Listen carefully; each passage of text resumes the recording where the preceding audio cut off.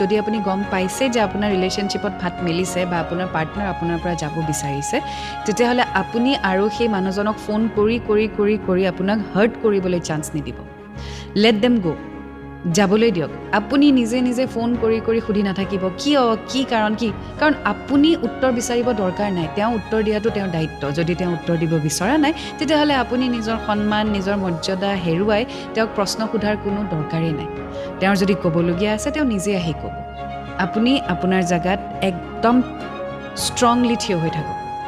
week হৈ নাযাব আৰু যিদিনাখন উইক হৈ যাব যিদিনাখন আপুনি বাৰ বাৰ ফোন কৰিব সেইদিনাখন সেই পাৰ্টনাৰে বা আপোনাৰ পাৰ্টনাৰে আপোনাক কামোৰ হিচাপে লোৱা ষ্টাৰ্ট কৰিব আৰু আপোনাক ব্লক কৰি দিব আপোনাক অসন্মান কৰিব আপোনাক যিমান পাৰে বেয়াকৈ হাৰ্ট কৰিব চ' সেইটো যদি বিচৰা নাই তেতিয়াহ'লে আপুনি তেওঁ যাব বিচাৰিছে যাবলৈ দিয়ক আপুনি কণ্ট্ৰল কৰক আপুনি ধৈৰ্য ধৰক